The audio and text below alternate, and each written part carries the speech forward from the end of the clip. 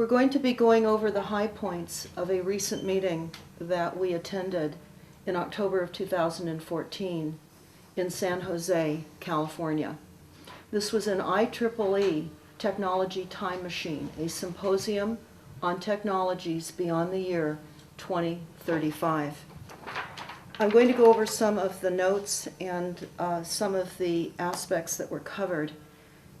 In many instances, this is quite astounding, and so I want to share that with those of you that are watching.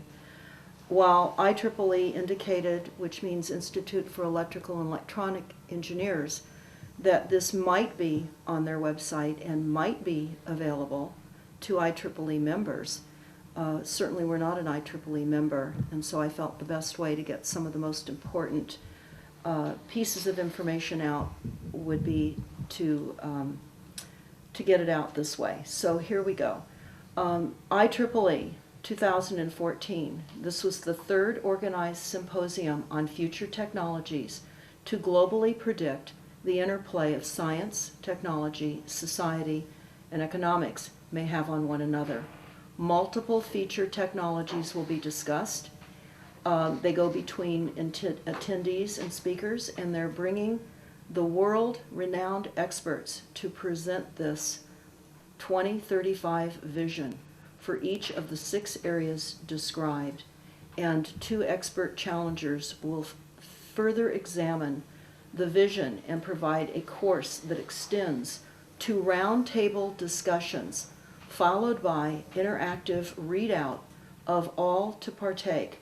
The participant conclusions reached will be edited to create a series of formal white papers through the assistance of experienced science and innovative journalists. Now, what I just read to you right now, they said participants will gather in roundtables and have discussions. This is a giveaway to the Delphi Technique. And for those of you that are unfamiliar with the RAND Corporation's methodology in mind control at symposiums, even at an IEEE symposium, you need to understand how we have been manipulated on all levels in society and on a global basis with the Delphi Technique, which literally is an extension of the Tavistock Institute and is mind control of all meetings. All meetings are controlled through a predetermined outcome with the illusion of public participation, when in fact it is already decided. That will be on stopthecrime.net with the IEEE Delphi roundtables that were at the back of the room with easels. They had trained facilitators that wrote down the questions, and it was very disturbing to see how these designers of the future and engineers were being tricked and being literally Delphied. But here were the topics and the reason that we attended. These topics were very interesting. The themes: future of energy, production, distribution, utilization, policy, disruptions ahead, and geographical changes. Future of fabrication, robotic networks, atoms and bits. Functional of 3D printing and biosphered manufacturing, sustainable manufacturing, and smart materials. Future of healthcare for the next 6 billion people. Do-it-yourself technology enabled or top-down. Changing our genes. Microbots, cyborgs, unlimited lifespan. Future of humans. Containing cyborgs. Transhumans. Ambient awareness. A sentient world. Enabling connections. Bioengineering, brain-machine interfacing, small world math, sensor-based, body area networks, personal area networks, future of networks, from infrastructure to fabric, to the Internet of Things, the communication fabric, data as the fabric ingredient, emerging, evolving behaviors. Future of processing, distributed and or clumped, aware and or emerging behavior, cloud and or fog driven, approximate neuromorphic and quantum computing. They have abstracts listed on each topic, and one of the aspects of this meeting that was so interesting is that they literally did bring speakers from all over the world, and including top execs from GE, from Carnegie Mellon, from Stanford University, which is of course local to where this meeting was held, Georgia Institute of Technology, and many others. I wanted to go over some of the notes that I took during this meeting, and just some of the high points, so that you can get a flavor for what was discussed. Caltech. The speaker indicated concerns of human species reaction as all of these technology changes as a human threat. And I have to say that some of these speakers did not speak English very well, and we had a very difficult time understanding what a number of them were even saying. But there was a speaker from Stanford discussing healthcare. And the first and most important aspect of the future of healthcare will be based around weight management and sleep deprivation. They say sleep are main drivers. So healthcare, weight management, and sleep deprivation. They're talking about creating reimbursement plans and penalties, and nanotechnology-based tracking for future healthcare. There also was an FDA warning letter about regulations that I found interesting, that I did pull up later, and I will have that on stopthecrime.net as we develop more aspects of this talk. They talk also about the healthcare aspects, that holidays there are more deaths, and probably they're saying because of family stress. Of course, they're not talking about the fact that generally people are overeating. And then there's the introduction of variety of weaponized spraying of various viruses and so forth in the chemtrails. Talking about the future of standardized platforms for healthcare, wearable sensors. The phones will be implanted. And they already talk about how Japan has toilets with sensors. So for those of you that want to learn more about that, you can search that. I found that to be an interesting comment. As far as the future of fabrication, this was a discussion about 3D printing and nanotechnologies. And the time for service robots, the fact that they're now creating robots as waiters in hotels, creating the sense of acceptance for society with this type of increased robotic and machinery interaction with all of us. They talked about how all the governments, particularly the US, are very interested in robotics and the intelligence of machinery. We're in an alternative world, and they say that we have to consider what it might look like if China controlled manufacturing. The world would look very different than if the United States were to control manufacturing. They spent quite a bit of time actually in talking about the demographic drivers and the aging population. And of interest was the fact that China has 50% of the population in China is over 50 years of age. And they also mentioned that the United States baby boomers were 40% of the wealth. And that's important to know because they're trying to asset strip the baby boomers. Food manufacturing for everyone in the world. They talk about 3D printers and how they can now create and make earbuds that will literally be created to fit in your ear. They can have a custom earbud in 3 hours. And how all of this will affect salaries worldwide. China, the salaries now have increased 350% over the past decades. And now China is becoming higher cost, and so that's why some of the manufacturing is now moving to India, shifting where they can get cheaper slave labor. Talked about how gaming would be a very important skill set for young people here in the country to be prepared for the world ahead of them. That would be a very, very important area of education. Research and development drivers will consist around human-robot interactions, and they really underscored the idea that the new type of manufacturing would take away the dirty, dull, and dangerous jobs.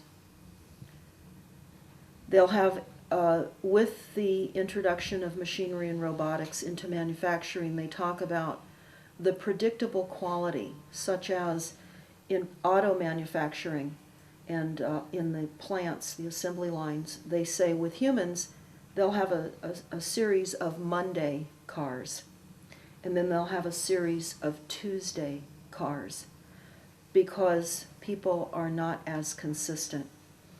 And one robot for every 10 auto workers, and they will create consistency. They won't have a displacement between what days humans make automobiles and other aspects of manufacturing on. Again, quite a bit of information about the Internet of Things and how products will be built in the future. They talk about how warehousing will change, distribution will change, and that will be because of the efficiency of robots. That warehousing and density will triple because of robots. The increased use of unmanned aerial vehicles. It was discussed that the U.S. had over 50,000 unmanned vehicles in the theater in Iraq, and that the pilots now will be drone operators. There won't be the need to have pilots trained for flying because of the unmanned aerial vehicles. Something else that I thought was very interesting. The unmanned aerial vehicles will replace UPS. They say 10 years from now, so that would be by 2025, UPS will show up, ask you what you wanted, what your order was going to be, and then they would print it out for you on a 3D printer. They talked about driving, that our kids in the future will not know how and not need to learn how to drive. That will also help the aging population, because they shouldn't be driving with all the medications that they're taking. They're unsafe on the roads. So they talk about how this will be a benefit. There will be more people able to travel because the cars will be doing the driving for us. All unskilled jobs will go to robotics and to robots. And that students now that are in college must update their skill set, or there will be no jobs for them. Summary on this component of the talk was we're undergoing a revolution due to technology. Now, for those of you that have gone to stopthecrime.net, I urge you to take a look at the NASA War document. The NASA War document reveals how there's going to be societal absolute societal chaos because of machinery.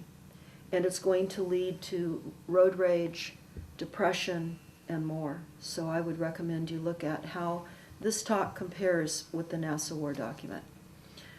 A man from IBM talked about robots for humanity, and that already they were able to print these robots on a 3D printer, and they're already in hotels. They can make cookies, and they're called the butler in the hotels, and this is now being marketed. Open source software allows the robotic industry to go much faster, to grow much faster. They're going to be fabricating our biology, organs, hearts, lungs. This will all happen possibly before 2035.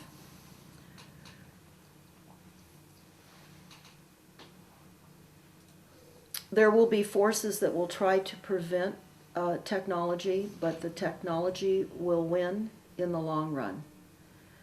And that Silicon Valley, of course, as we know, is moving forward with big players. So what we're hearing here is the corporate structure moving and changing global society and global behavior. It's important to note that IEEE is incorporated. It is listed on Dun & Bradstreet. They're doing business for profit, as most of these corporate agencies that are changing us without our awareness, without our vote, we're being systematically changed. In other words, we're really in a technological death trap as humans without any understanding of the extent of what's occurring. Market forces will drive new standards.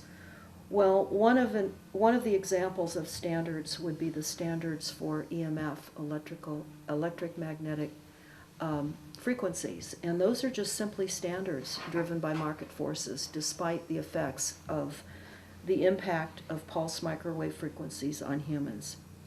Because remember, we're not only USA Inc., we're now Earth Inc., and the corporate charters are void of recognizing human life. That is my addition. That's not from the notes here that I took.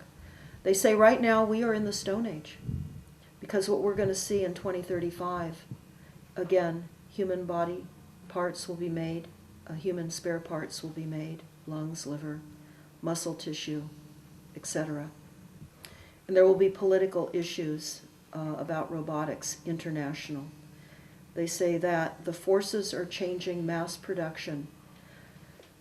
This I found very interesting and very concerning. GE said that there's a revolution in technology, that everything will be tracked from the manufacturing of that product to its end use, to its recycling point. They will know where every product manufactured is. Everything will be tracked.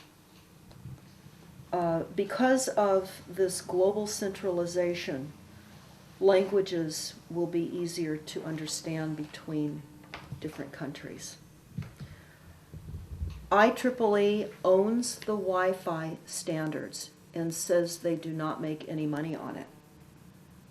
Again, Wi-Fi standards are frequencies. Barry Trower certainly has a lot of information about the dangers of Wi-Fi in schools. We know that our children now with Common Core are all faced with Wi-Fi tablets, and it's causing cell breakage and a variety of behavioral ramifications, sleep deprivation, which is what they said would be one of the two top health concerns going forward, weight and sleep deprivation. Well, that's of course being created by the bathing of the globe in frequencies. Cell phone towers, antennas, all of our wireless devices. They go on to talk about how ultimately engineering and science will be good for mankind. But there's an alarming lack of trust in society. And when I mentioned the Delphi technique, I certainly wanted to point out on the various tables that we visited after some of these presentations were made, they had questions on each and every single table. There were 5 questions. They were all the same. And the questions remained the same for both days of this 2-day conference. And I'll find these questions in a moment and read them to you. Very disturbing, again, part of the Delphi strategy that was deployed during this meeting. They talked also about the need to start making real sense out of medical data. And that big data will be now collected and available on everything.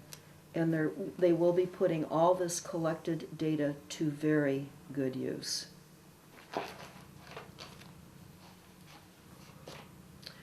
One of the speakers was from the FCC.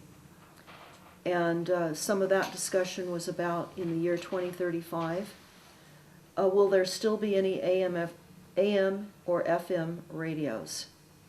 And what are key public policies? They need to create key public policies.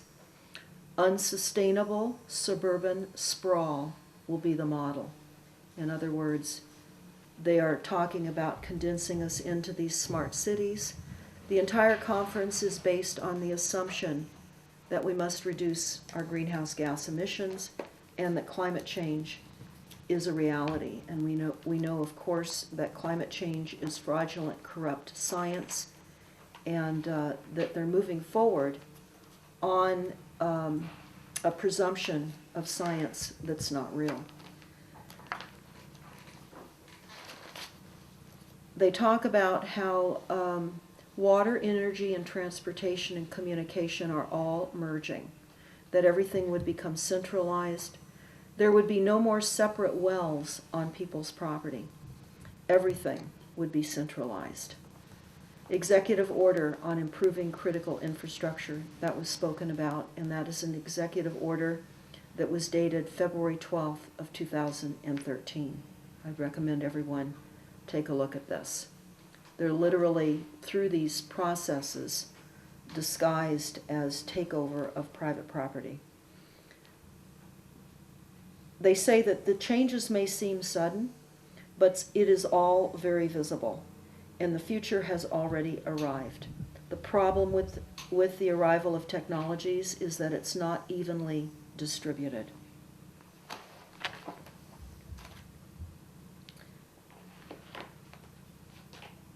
Again, they're concerned about humans' limited perspective of technologies, and that because of limited perspectives by humans, it's delaying the onset of advanced technologies. Talked about how the TV news is going to continue being on the air even though the mega propaganda media is losing viewership. As a business model, it must remain on the news because it has quite a bit of marketing opportunity when it is up on air nonetheless.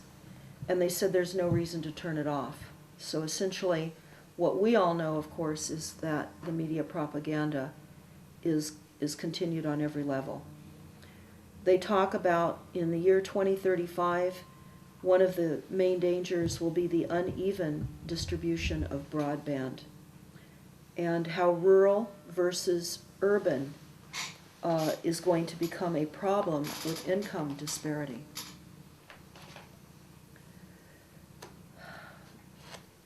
This I found interesting because this keys to an interview I did with Barry Trower, which you can type in, the cooking of humanity. They talked about billions are being spent to increase the spectrum. 700 billion are being spent. And the military and radar is on the coastal areas. So again, the cooking of humanity, our research team found a document on the White House government website that really does address radar on the coastal around the peripheral of the United States.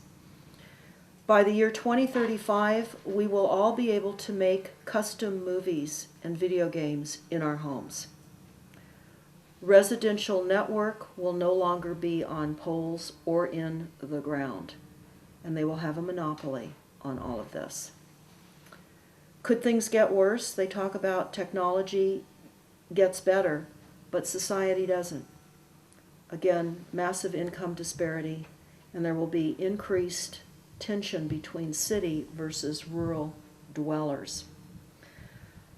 This was interesting, and again, this was by the speaker from the FCC, and I was rather stunned when I saw this on the PowerPoint. And we will try to get this from the IEEE website once it would become available, if this is released. It was discussed about if RF radio frequencies were to be discovered to have significant health risks that could change the conclusions that are being made right now. And of course, we know many are contending, and we know that the increased frequencies are damaging all living organisms on the planet. I found that interesting that they would add that in. By the year 2035, everything will be wireless, absolutely everything. In fact, we will communicate through the extension of our hands. We'll always be connected. The public will always be tracked, everyone connected, increasing capacity problems with humans, not machines. So humans are presenting greater problems. We don't have the capacity that machinery has. They'll need more licensing and more creative opportunities. They're going to put antennas inside our homes and inside us versus outside. They need antennas where people are so that we're always connected. Again, they recognize the huge challenge of privacy, and this will lead to a significant societal change globally. The future of networks was presented by a speaker from Japan. I could not understand him very well, but he was talking about brute force, that there will be 5G and higher frequency spectrums, and they want to tackle worldwide coverage. That some of the frequency opportunities have short bandwidths, and they need to create a greater capacity to hook us all up. And that's where the cloud will come into play, that they will be able to connect through the cloud all our phones, cars, glasses, music, calendars, photo memories, calculators, security aspects, convergence to divergence. Okay, I'm going to read the 5 discussion questions that were presented 2 times each day at IEEE. This is again the Delphi Technique. And this was presented at these round tables, about 10 per table, with an easel, and there was an aficionado that would write the questions down, and these were the questions that were asked of the designers and the engineers of IEEE. Number 1, what technological breakthroughs seem unlikely today, but if they came to pass, would cause drastic changes to the world? That's question number 1. Question number 2, what technology evolutions are likely to happen, but are unlikely to be accepted socially and culturally? It's a big question. What technology evolutions are likely to happen, but are unlikely to be accepted socially and culturally? Number 3, what are and what will be the go-to-the-moon endeavor that will create the engines of innovation? Number 4, how will looming dangers, such as climate change, etc., be a catalyst to drive technology and evolution? And number 5, we're experiencing a waning trust in technology and science, both because of technology shortcomings, multiple gigantic data breaches on credit card information happening globally, and deep-rooted cultural opposition, fundamentalisms and dogmatic religions. Again, they're designing the questions. Can we migrate through this trend through scientific education and better communication? So they're getting pushback. People are feeling they're being outsourced by machinery and by technologies that they've not considered and certainly have not been presented to them. This is, again, the fear in society. And so they're asking all the attendees there, how can they brainwash society to accept all of these technologies that are destined to occur? The FAA will regulate the airspace in 2015 for drones. Bell Lab talked about cameras on people and how this changes people's behavior. how the cameras on law enforcement has absolutely changed the behavior in law enforcement. And again, cameras will change behavior. So they believe that through greater surveillance and greater camera viewing of all of us, our behaviors will be changed, they say, for the better. In Russia, almost everyone has a camera. Bell Labs right now has a team working on using copper in our homes. It's a new tech to use copper lines in our homes to transmit frequencies. A new way to use existing copper. This is right now being looked at Bell Labs. FCC voiced a concern. The presenter from the FCC, the concern was invisible evil force. Of course, that's what many people believe. Bell Lab talked about the impact on behavior in having police carry the cameras and enhance communication, and how cameras will change behavior globally. And again, that all the new tech will increase the spread of income dramatically. They talked about new technologies that are already available but have not yet really been presented, such as graphene, graphene. I would recommend everyone do a search on graphene. We do have a piece on stopthecrime.net, so you could go to the homepage of stopthecrime.net, type graphene in on the search engine. This is an extremely important change in solar panels. This is lighter, it's as thin as paper, and it can roll out, and it's much more affordable and has 50 to 100 times greater capacity than the current, now archaic solar panels. It's just not allowed to be out on the market in mass production yet. Again, everything has planned obsolescence, so by the time we get loans on our homes to meet the renewable energy requirements to reduce our greenhouse gas emissions in our homes, they come out with something that's easier to implement, less money, and much more efficient. So I want to turn everyone's attention to graphene, Graphene. There was a quote Carl Sagan said while he pointed to his head, that our head is a machine, machinery and self-awareness and consciousness. We will have self-aware and conscious machinery, and by the year 2035, there will be more intelligent tasks, and humans will not be able to keep up with computers.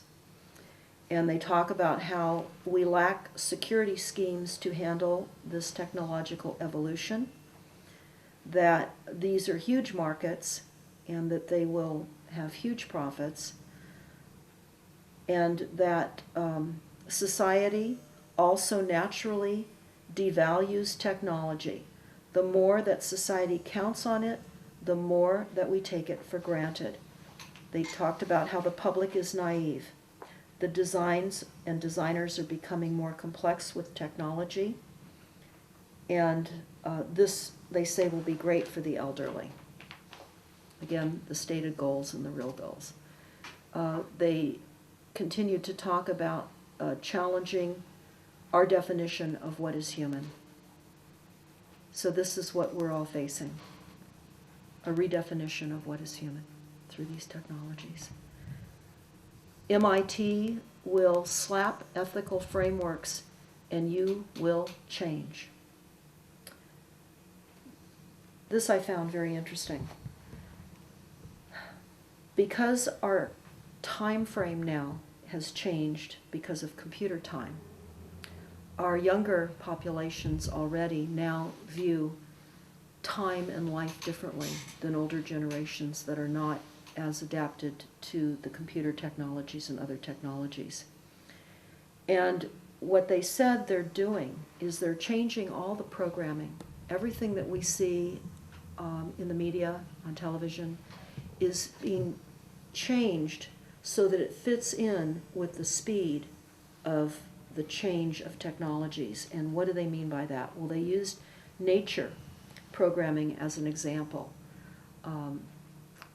National Geographic, for example. In the real wild kingdom, the animals are lying around and they're conserving their energy. And that is not dramatic enough for this time-intense world that we live in. So they've amped up what is expressed as nature so that our kids don't even really know how nature really works anymore. In that we now have Shark Week. So all week long they're showing these fast, sped up shark attacks and a variety of displaced viewing of nature. That's not how nature works. And so the same thing goes with showing lions. They're always showing the hunt or the kill, rather than the lions in their natural habitat, in their groups, conversing as they would. So this has changed. Again, they're changing all of this so we don't see the old world. They're devaluing how life is being presented. Our brains are different, and they said our newer brains are being rewired by the internet effects, and humans are being coupled with technologies all around them. They spoke about how in 16 years we will have human brains hanging off our belts. In other words, the technology will be such that it will advance beyond human brains, and we will have the capability to access much greater intellectual opportunities. During our lunch, we had a talk presented to us from a professor, and it was all about the big brain, and I thought that this was very interesting. And they were throwing cognition into technology. And they talked about the non-humans, and humans have low bandwidth. Technology will carry the burden now of cognition. An interesting comment that was made is we will not have to remember. We will not need to have our memories because we will be relying on computers to remember for us. So we're literally being phased out of the equation, and that's what this IEEE was all about. The evolution of humans. Telepathic helmet with DARPA. Well, we know that they have synthetic telepathy where they can literally talk in our heads now. So they weren't coming clean with the complete advancement of technologies, but I referenced in my notes for everybody that's listening to what I'm discussing right now. Again, go to the NASA War document on stopthecrime.net, and they'll talk about plug-and-play technologies for education. This is basically the big global brain discussion.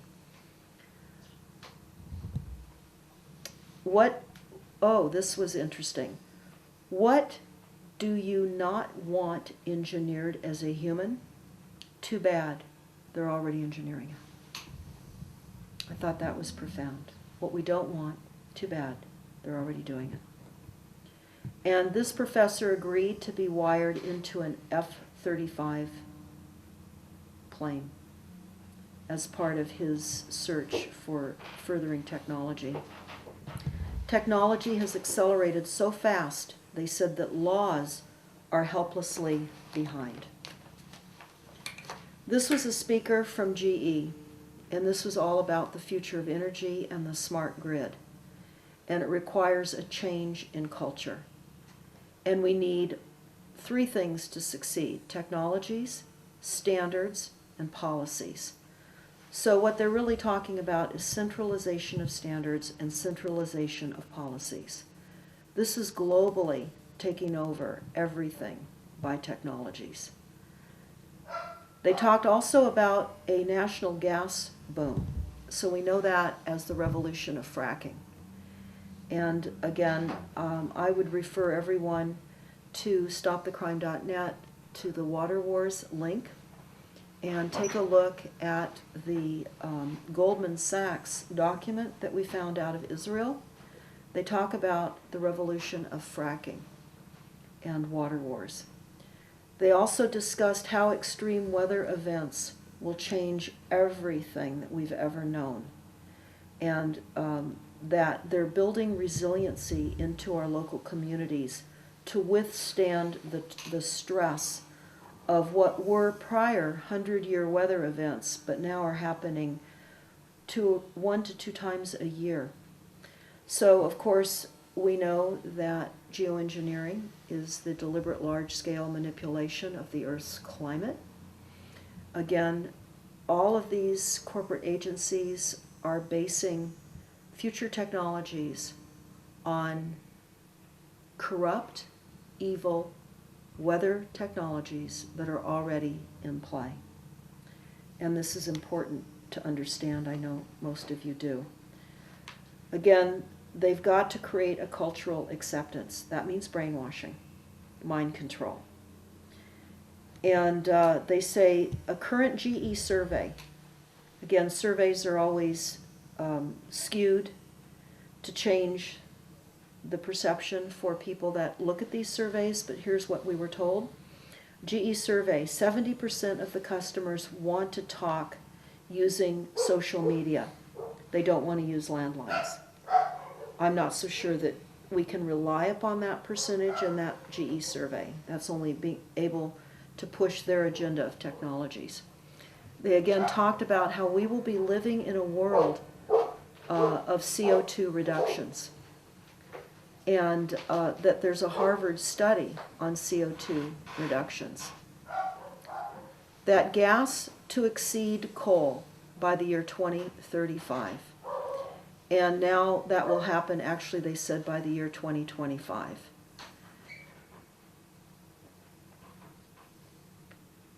They're targeting future designs of, GE is targeting California, Arizona, and Queensland in Australia for utility advancements. And there are going to be microgrids with military bases in rural areas globally. There was some discussion about what occurred in San Diego and Southern California about the cloud cover and how they were experiencing voltage spikes with their smart grid, and that due to the oscillating volatility of the grid, they're literally going to have to redesign a different control device than the smart grid, which I thought was very interesting. Again, they stress the importance of global standards, all being the same, that will provide higher profits. The GE term for smart grid definition is from turbine to toaster. The smart grid foundational studies are harmonizing global, again, the continued drumbeat of globalizing standards. They talked about our aging infrastructure, and the profits will now be tied to performance. Well, it's important to understand that our aging infrastructure was designed to put us in the situation that we are. Certainly, those in control of our utilities and other aspects of delivery systems did not reinvest as you would normally think, simply so that there would be the opportunity for centralization, because as local utilities globally are unable to pay for replacement of pipelines and corrosion, etc., they're going to have to take on the terms of private-public partnerships, which is globalization and centralization. There was a presenter from Carnegie Mellon, talked about the electric energy system group, and that there were many hidden problems and inefficiencies. In other words, they were admitting there were many hidden problems and inefficiencies. Again, the drumbeat, they need standard standardized protocols. They also talked about the danger of technology and how the different corporations would be fighting amongst one another. For example, GE fighting with AT&T. And Carnegie Mellon is asking the question, can they replace diesel with hydropower?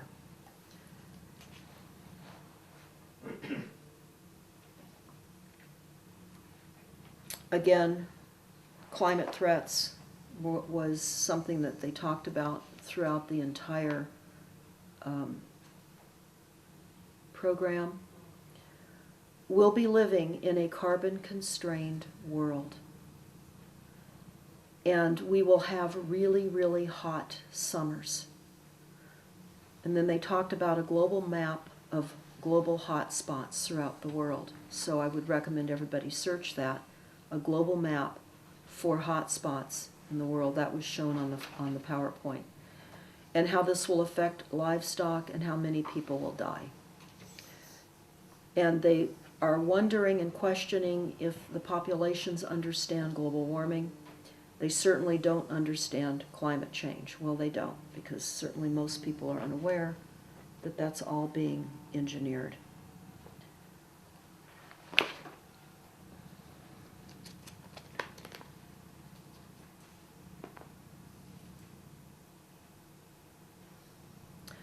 They talked about the attack on PG&E back on April 16th of 2013. PG&E is Pacific Gas and Electric. It is a utility company in Northern California, and one of their substations was hit and taken down, and that was the same night as the Boston Marathon bombing. And so they will be creating fear out of substations being hit so that they can disconnect us and create wireless opportunities.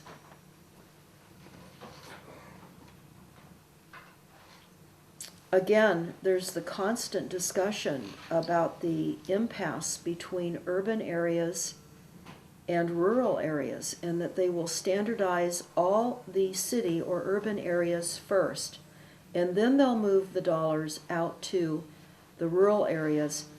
And they talk about how the urban areas will have the majority of the money.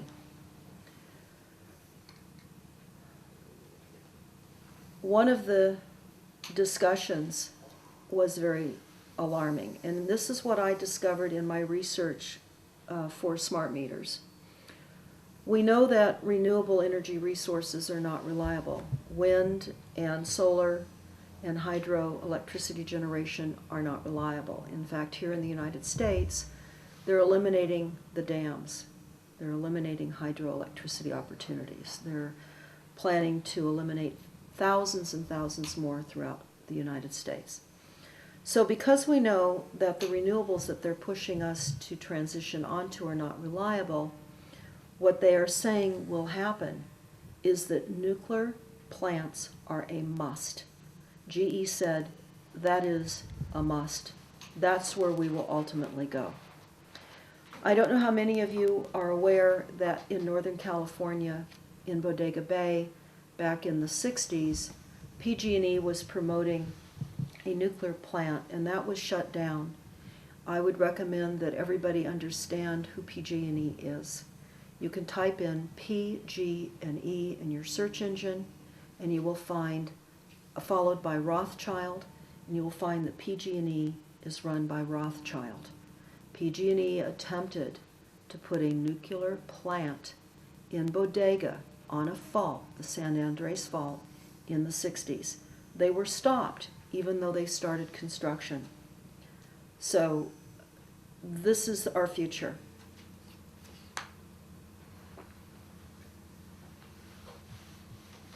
They went on to tell us that central authority is required, and this is what the Department of Energy is gearing towards.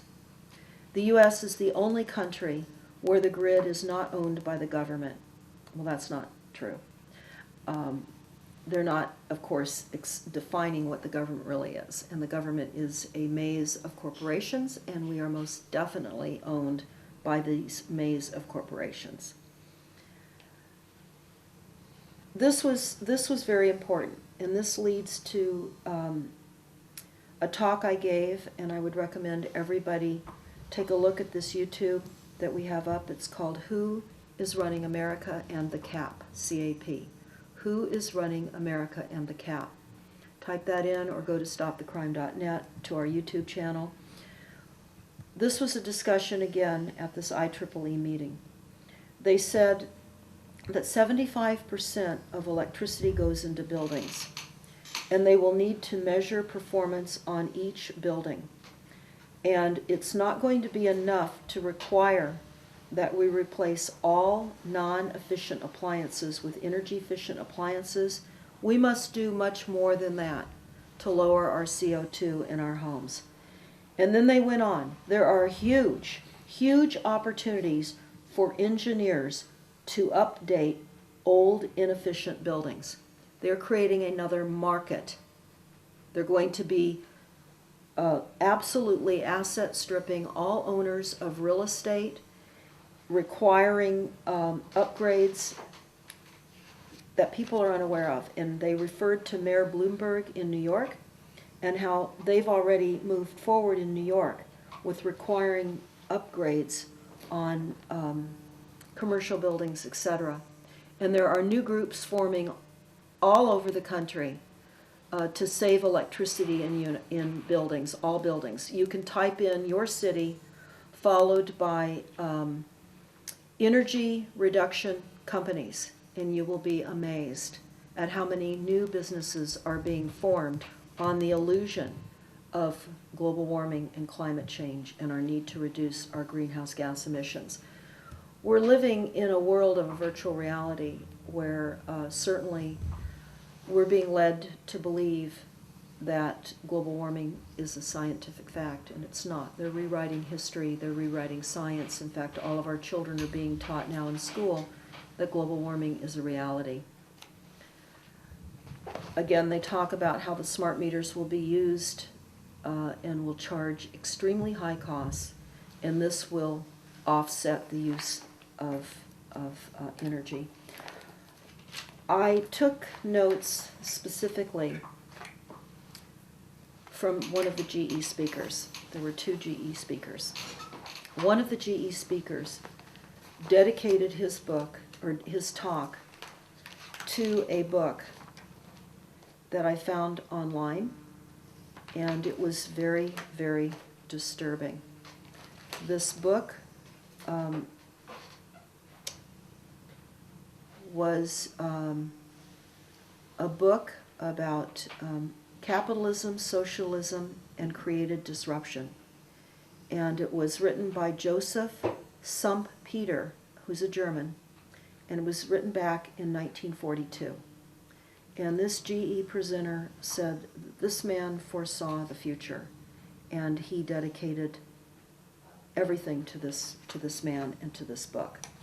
Now, this GE presenter is the one that came up at the podium and said, forget everything you think you know and ways in which you perceive your future. Because he said, I am from the future. He stood there and he said, I am from the future. And he comes from GE Global Research Center, and he comes from the future. And he said, GE, the changes will massively disrupt global business, that we must innovate or we will have no jobs. That the global manufacturing paradigm will change globally. Massive, massive disruption in manufacturing.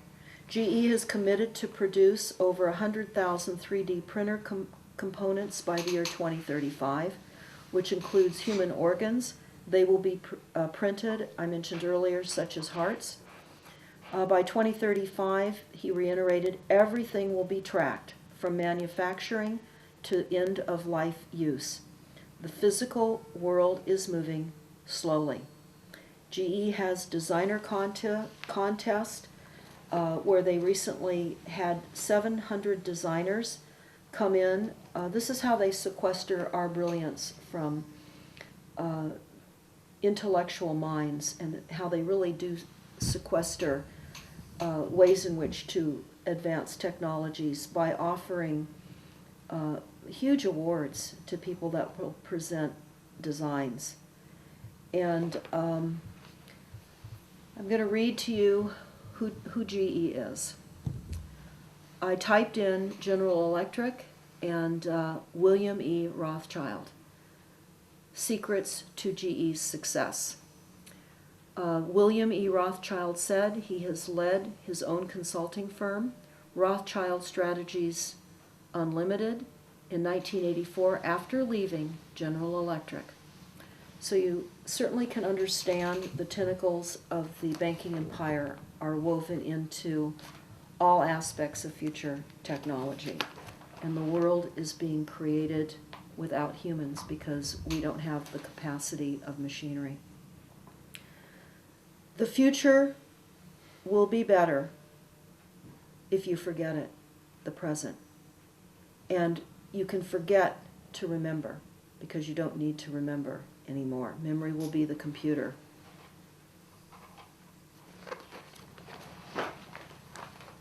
There was much more in this conference, and I'm just going to wrap up again some of the concluding high points that I found most disturbing.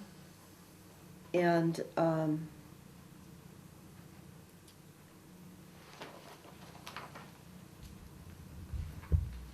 the information age is over. Computers are taking over. I will certainly encourage that everyone understand who IEEE is. IEEE is a corporation. IEEE is sequestering knowledge globally. They're creating global standards, and they're working with other global corporations, Earth Inc. IEEE has an alert.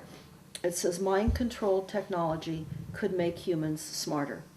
Wouldn't it be nice to brew a cup of coffee in the morning just by thinking about it, or shut off the TV with the blink of an eye? An IEEE senior member is working on so-called mind-controlled technology that can help people accomplish simple tasks by putting on a sleep mask or pajamas embedded in sensors.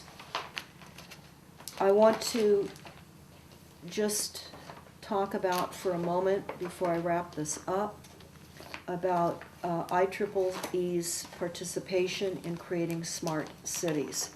This has everything to do with climate action plans, and I would recommend that everybody type in IEEE smart cities. Here's what IEEE says about smart cities.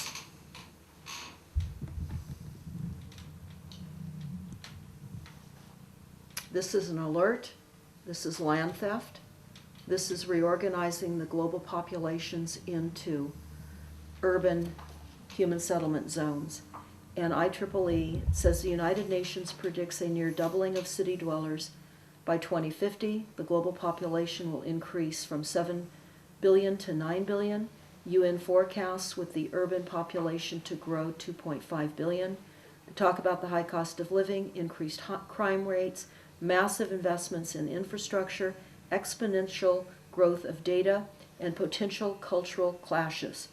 So I want to alert everyone again, IEEE is involved in moving you off your farms and ranches and consolidating all human activity into these smart cities. I want to thank you for bearing with me as I went through these notes. We will have more detailed information as we transcribe more of our notes.